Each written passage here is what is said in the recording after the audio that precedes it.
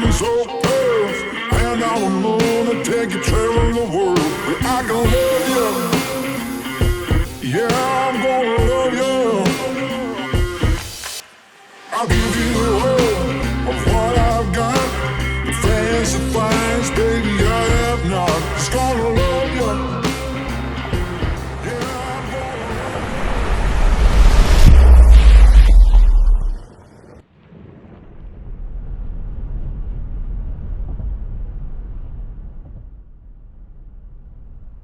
We are taking advantage of this extended weekend by adding another national forest to our growing list of explored places. Less than 3 hours away from Tennessee lies Shawnee National Forest in Illinois. One of our goals is to use this trip as a shakedown for a much longer overlanding venture. Our plan was to stay in one of the established campgrounds near the Garden of the Gods. This place is very touristy. Campsites are also limited and vehicle-based dispersed camping is not an option. We prefer something more remote and wild. So we stopped by for a quick snack and we got to see the site a little better in the fastest way we could think of, through the skies.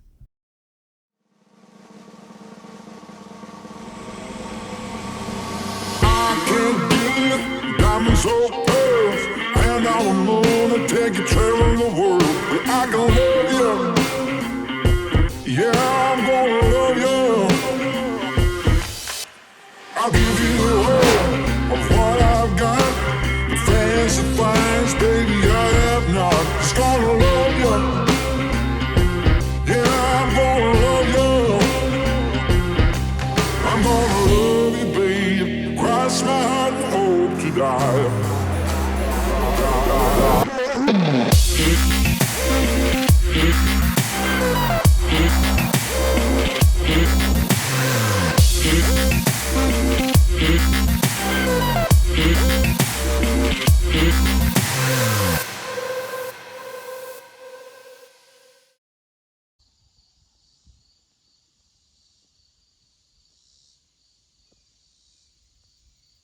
After playing to his heart's content, we had to leave the crowded Garden of the Gods to search for a place to stay for the night. We plan to go back tomorrow to explore the trails. The roads on this national forest make me feel like I never left the pavement. It is well maintained, and any vehicle will definitely be able to navigate these forest roads. There are also a ton of private properties, so be mindful of what roads you drive through.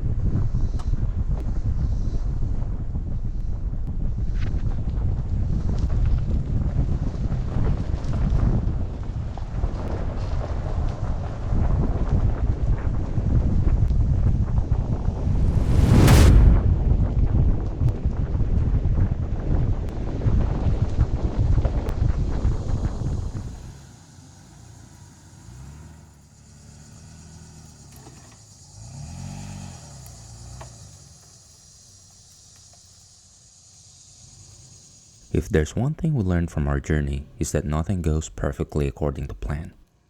Like Max's missing shoe, for example. We are sure that we drop it somewhere in the Garden of the Gods.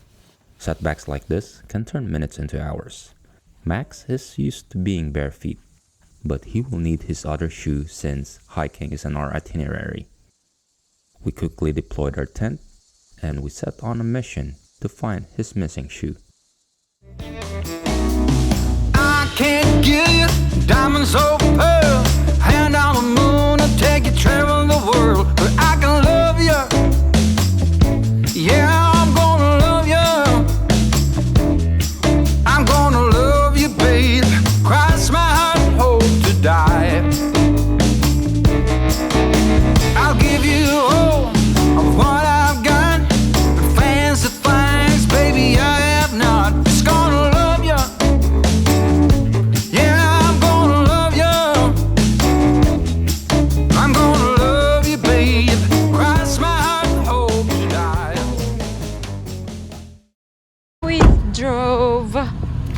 for an hour just to get this, apparently. We drop it. Golden trinkets, mobile phone, expensive shoes, you can get your own.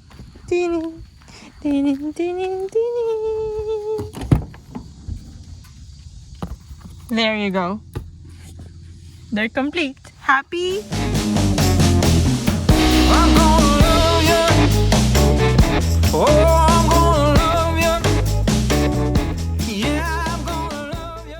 We got a little bit of daylight left, so we stopped by to check one of the rock formations on our way back to camp.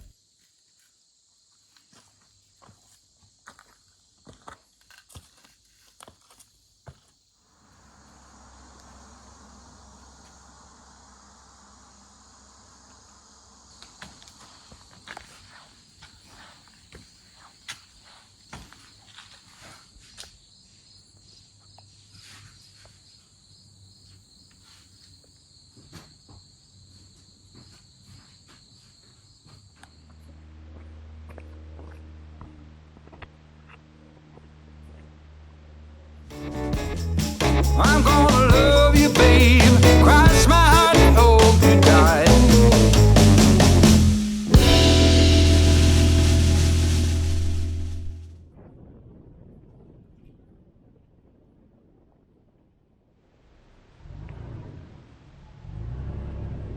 And just like that, 2 hours later, with a little bit of daylight to spare, we are back in our camp.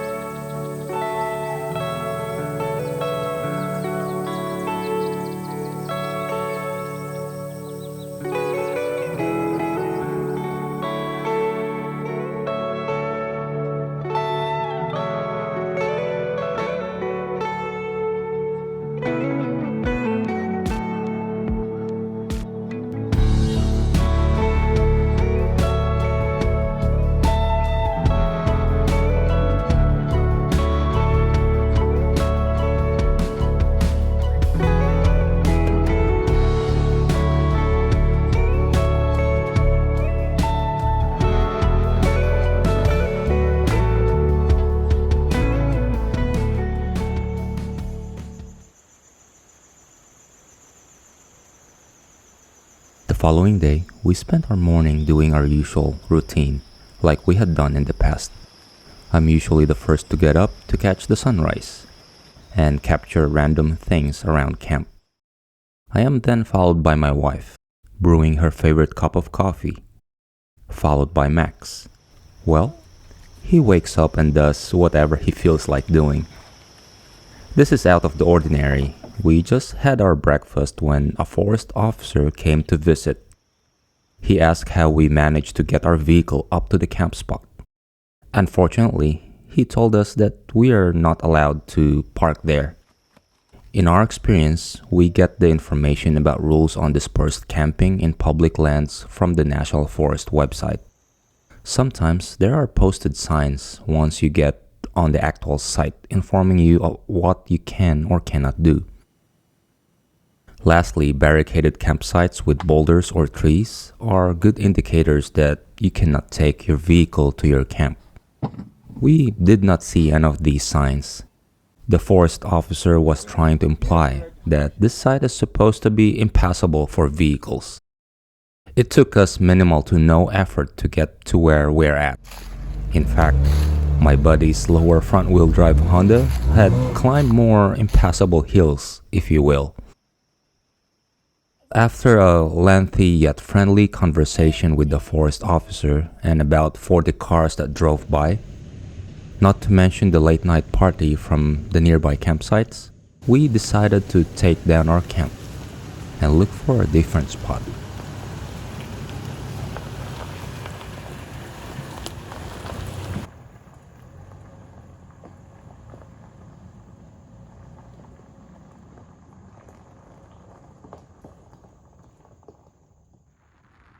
Rain is in the forecast today. Before it pours, we make a quick stop to check the Jackson Falls Trail before heading to the Garden of the Gods.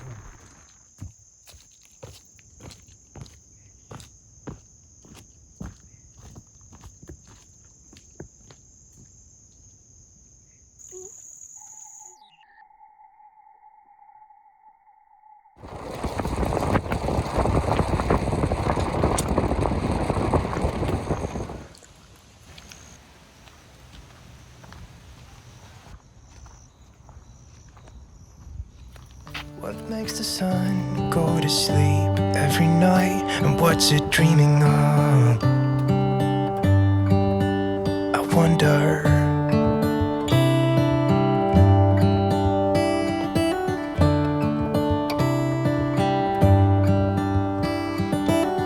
How come the sky sometimes hides behind the clouds? Maybe it's just like me, a little bit scared of heights. Why does the rain always keep on pouring down when it's gray outside? It really makes me wonder. Yeah, it makes me wonder. It really makes me wonder. Ooh, I wonder.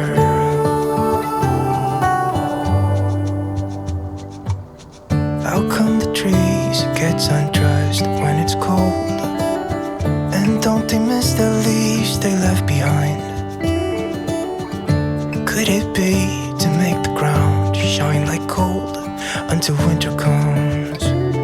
Until winter comes, until winter comes. It really makes me wonder. Yeah, it makes me wonder. After our short hike, we continued to search for our next camp.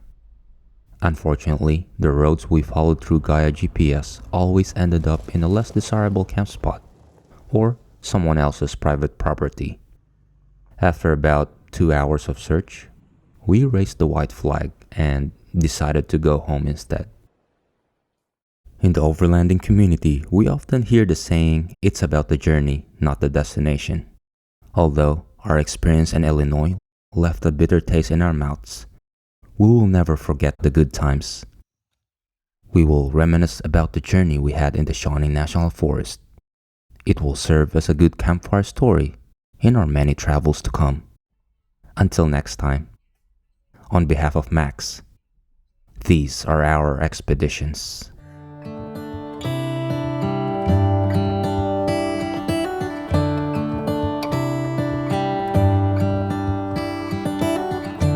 come the sky sometimes hides behind the clouds? Maybe it's just like me, a little bit scared of heights.